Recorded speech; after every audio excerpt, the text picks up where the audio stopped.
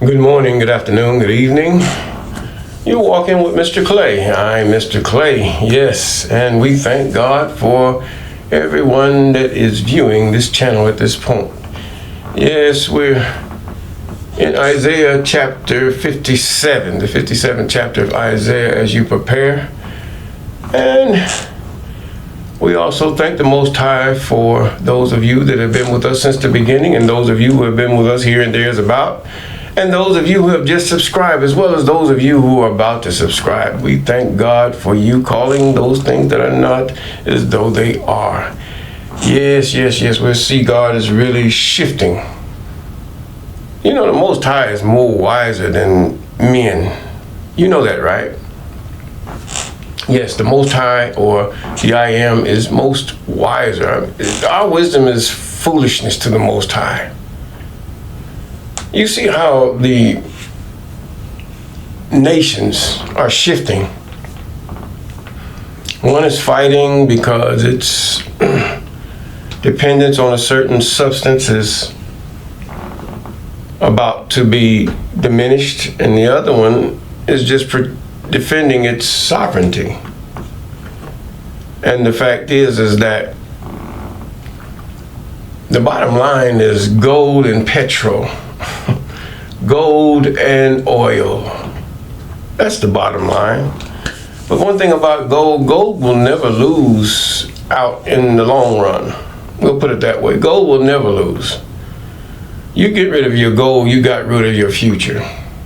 Period. It's just the way it is.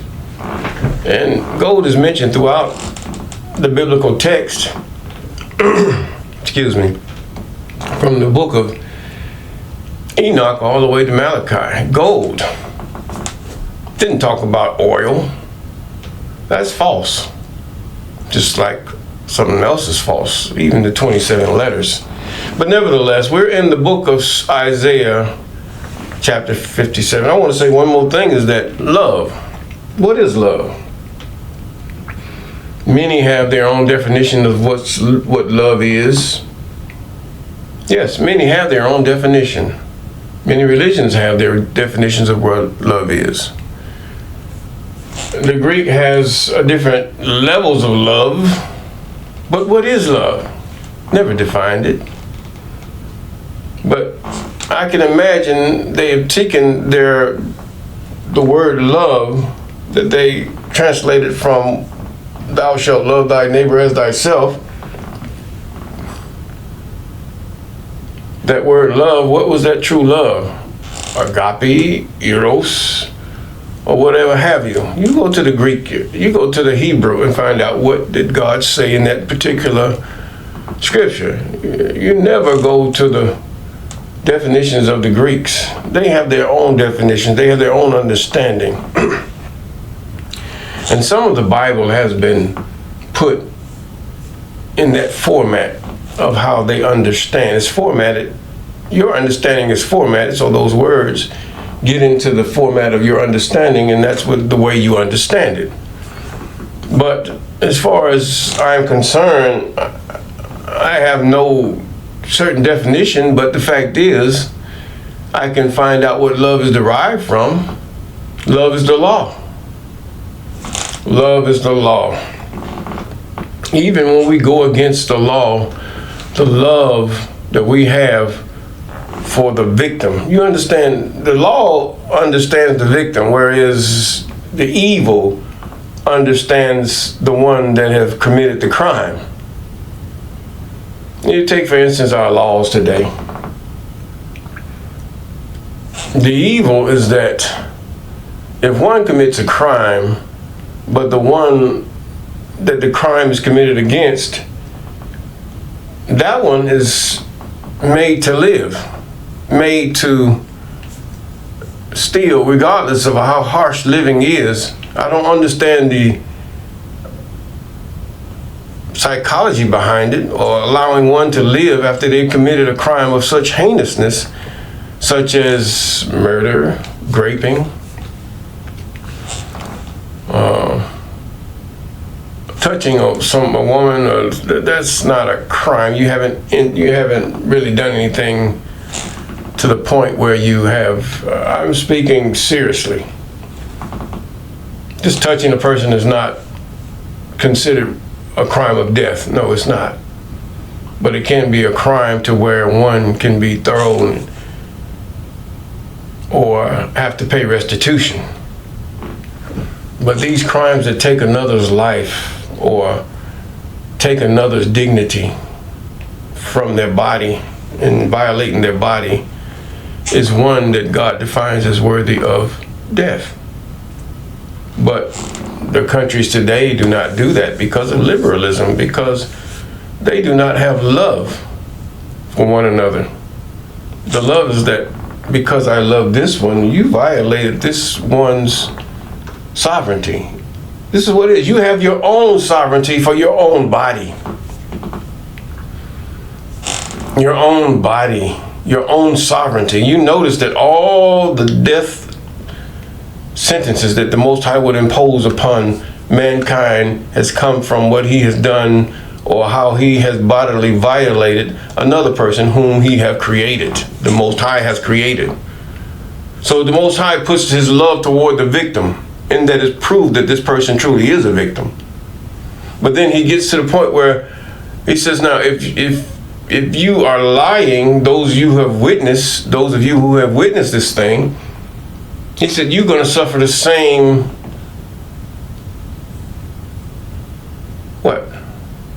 sentence as the one who was sentenced and the sentence was executed, period. Because you have agreed with the violation, and this is the same with the world itself. The world agrees with the violator. The laws is for the violator. In other words, if a dog attacks me and I delete that dog or hurt that dog, I would be the one to go to jail, or I would be the one to have suffered criminal. See, you have to realize the world is actually fulfilling prophecy. They're calling evil good and good evil. You always should be for the victim when it's proven that they are a victim. Or it might be that the other person were in defense of their life from that, what they call the victim. Well, we'll get to that later. But either way, Isaiah chapter 57. Now, the righteous perish, and no man layeth it to heart. The merciful men are taken away, and none considering that the righteous is taken away from the evil to come. You know, you have leaders that are taken out for what reason we don't know.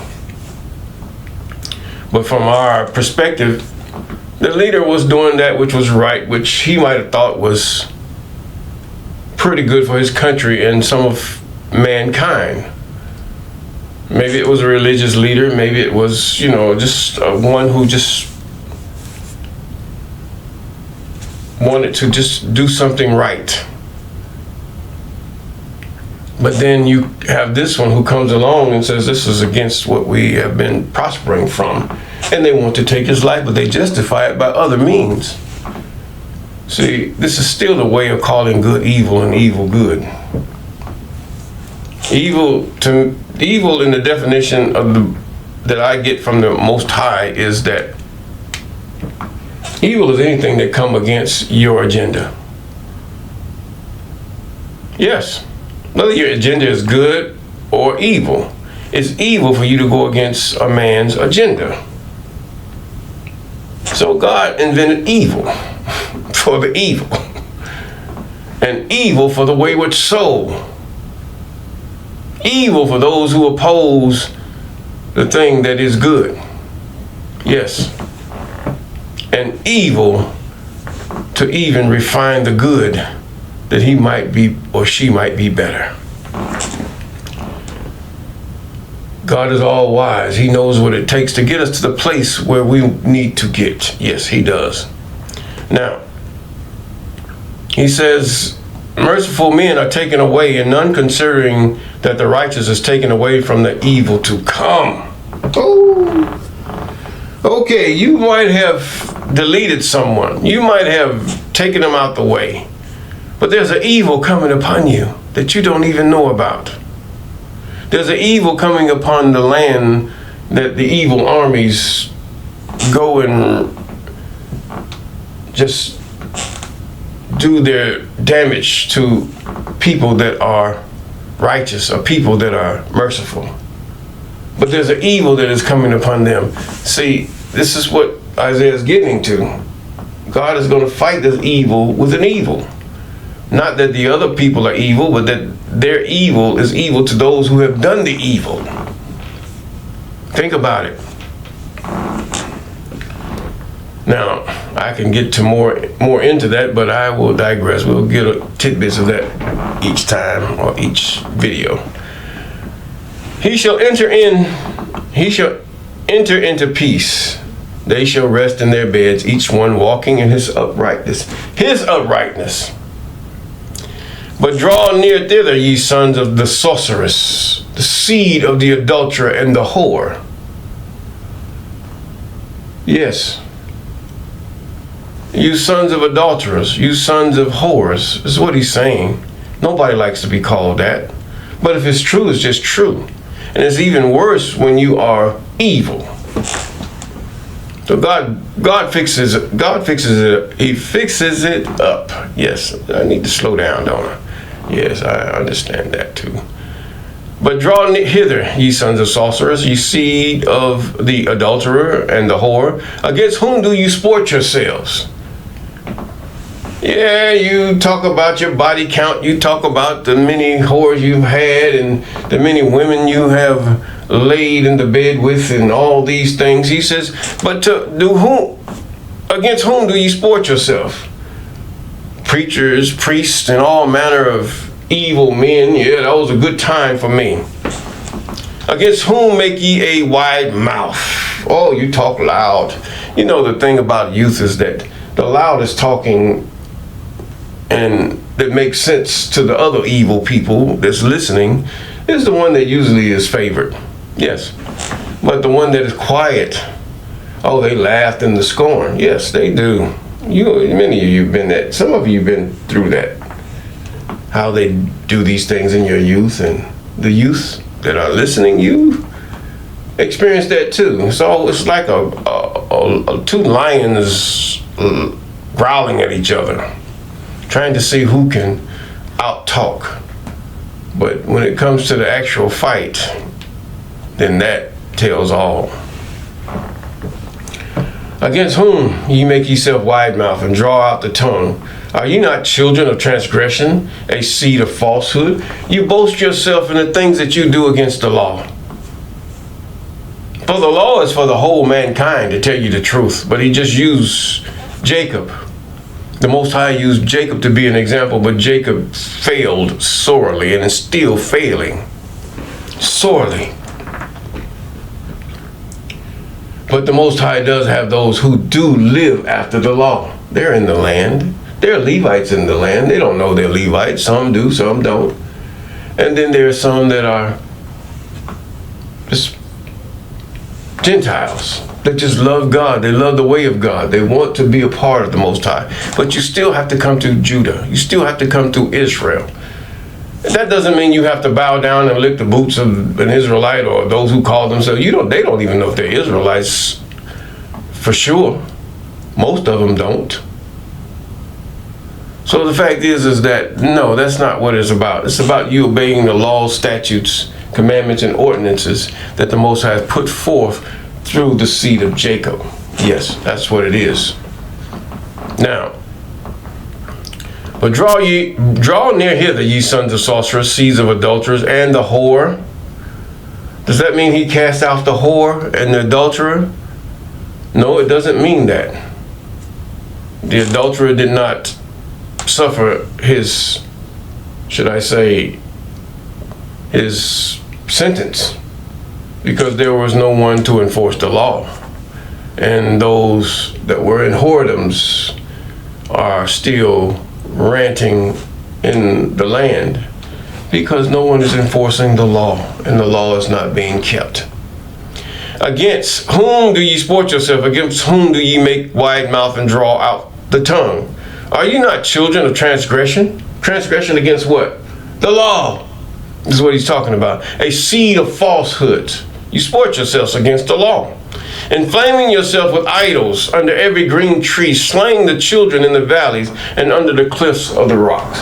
Yes, even those of you who have gotten idols, your rock that you go kiss every year or on your Hajj, and those other trinkets you wear and do, those are idols.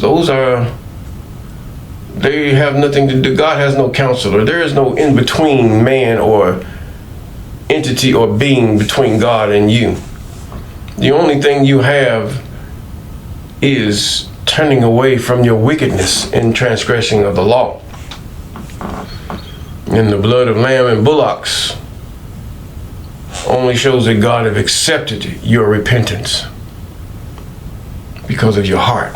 Yes, that's what it is.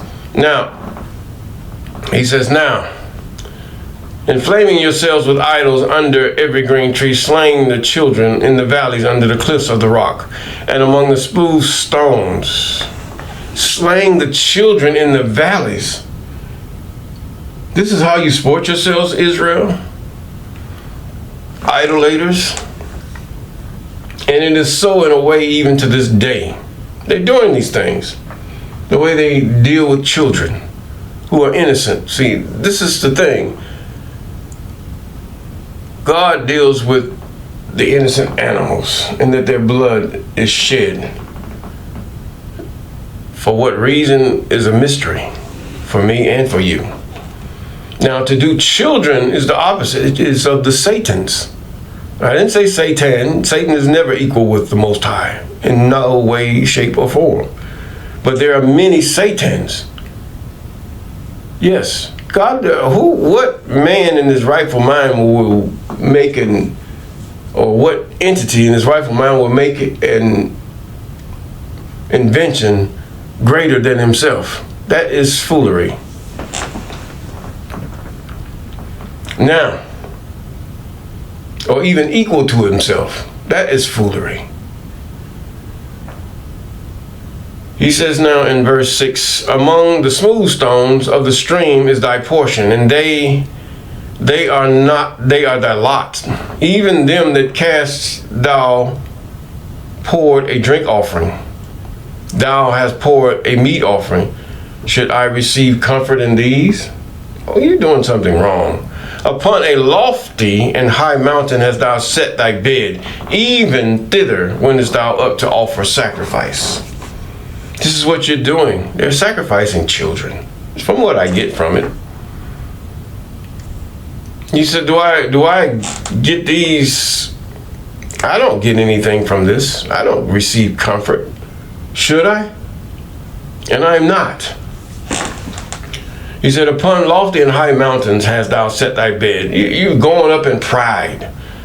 Thither wentest thou up to offer sacrifice. Behind the doors and the posts hast thou set up thy remembrance.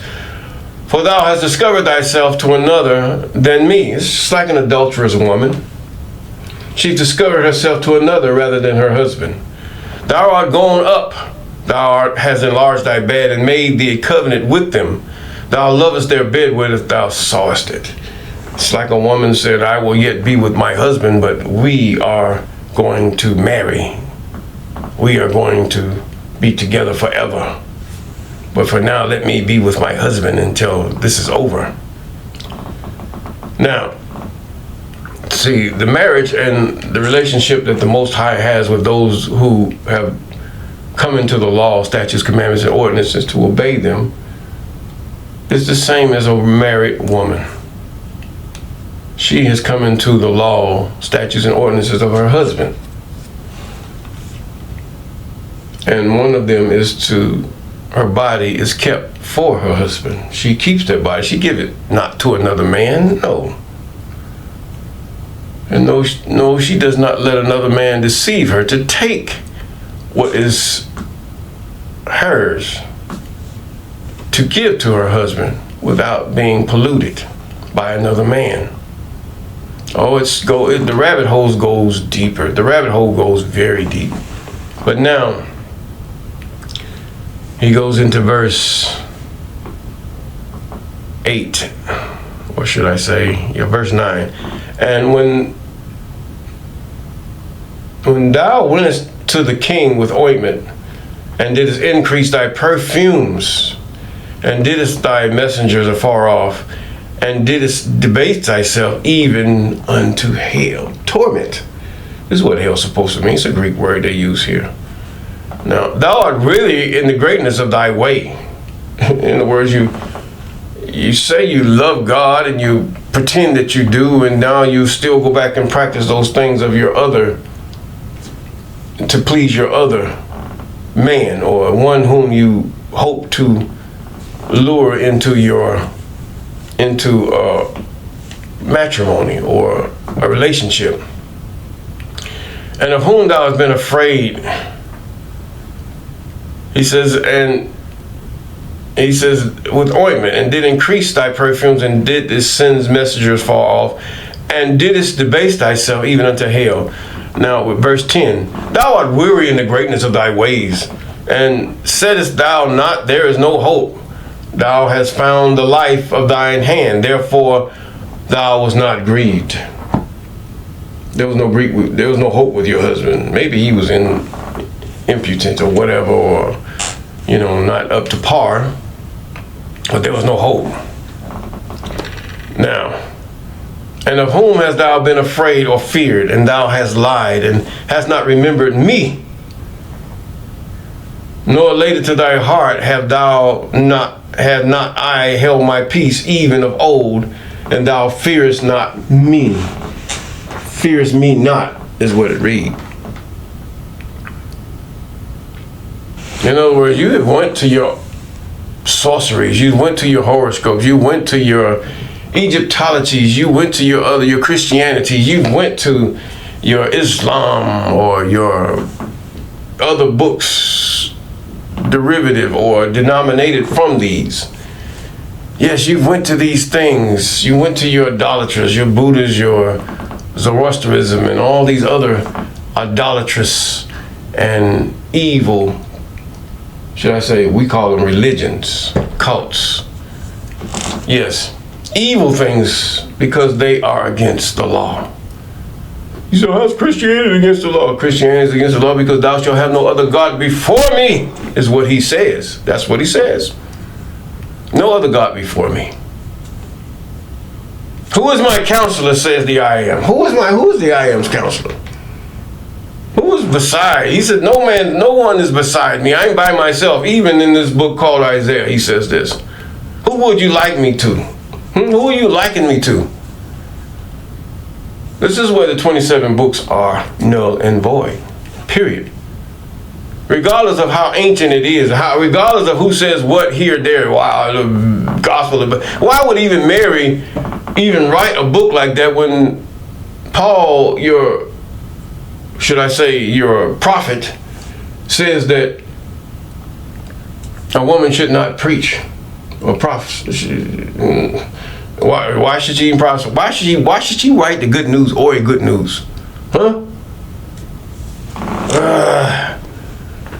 I say it in disgust, because there is none but that's the only covenant God made with the children of Judah to be displayed before the children of men. Yes. He goes on to say, I will declare thy righteousness and thy works, for they shall not profit thee. Okay, I'm going to declare what you're doing. Oh, my beautiful, most holy I am that I am. Yes. When thou criest, let thy companies deliver thee. Let your witchcrafts, let your lover, let your other gods deliver you out of what I'm about to send you through. Let them deliver you. But the wind shall carry them all away. Vanity shall take them. But he that putteth his trust in me shall possess the land and shall inherit my holy mountain. What is he talking about? He's talking about the time of Persia. This is about to come to pass. the time where the Persian conquest is about to happen.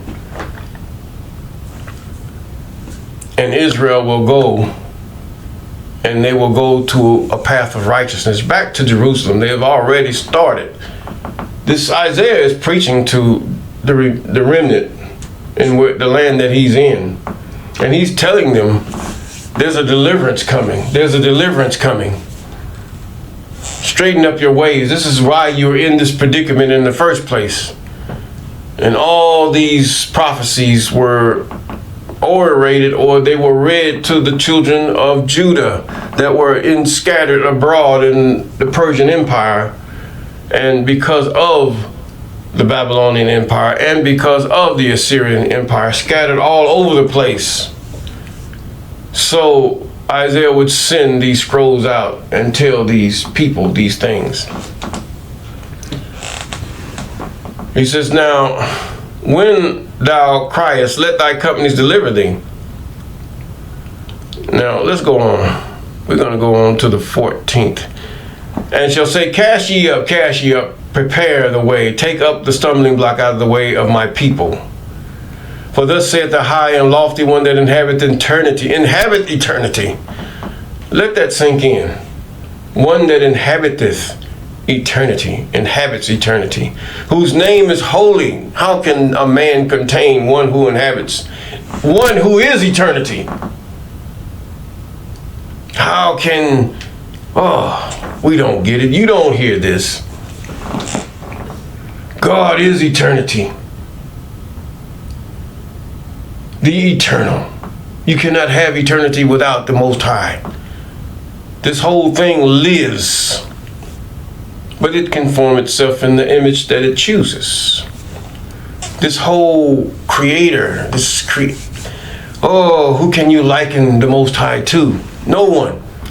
I dwell in the high and lofty, holy place, clean place, with him that is of a contrite and humble spirit, to revive the spirit of the humble and to revive the heart of the contrite ones. Yes, the humble, not the argumentative or the proud or the lofty or the whoremonger or those who go against that which is right according to the law.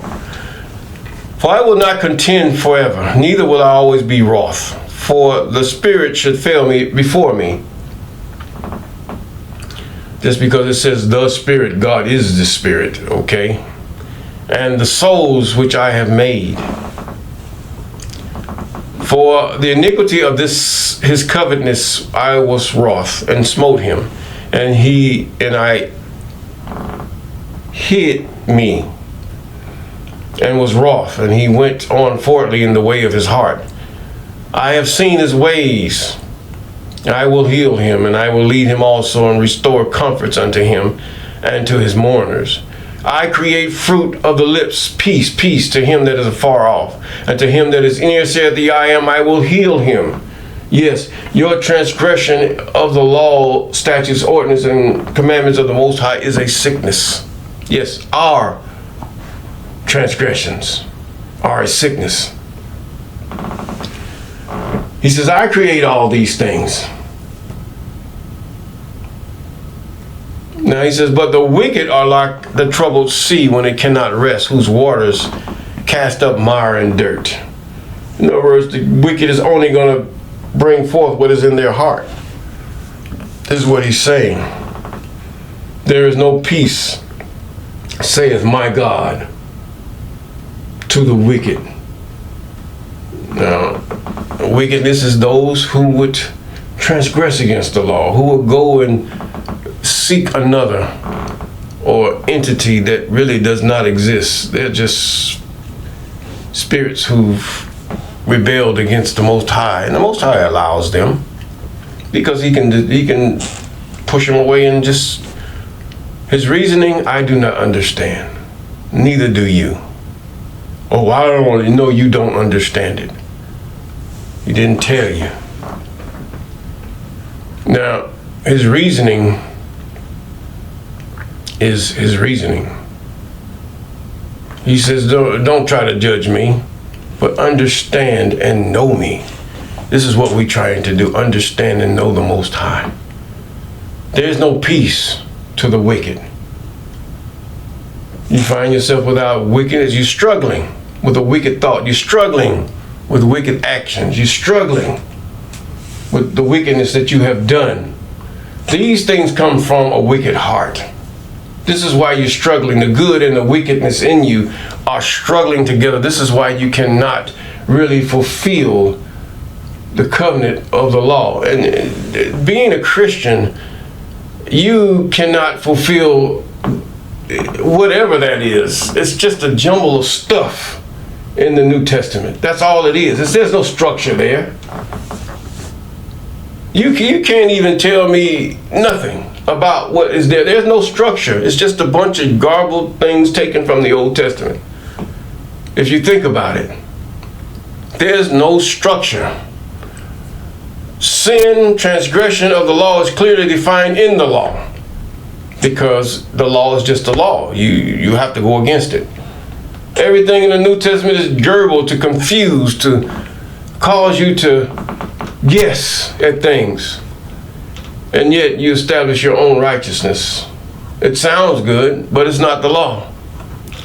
But if we do those things that are contained in the law, then the definition is clear and we will have peace.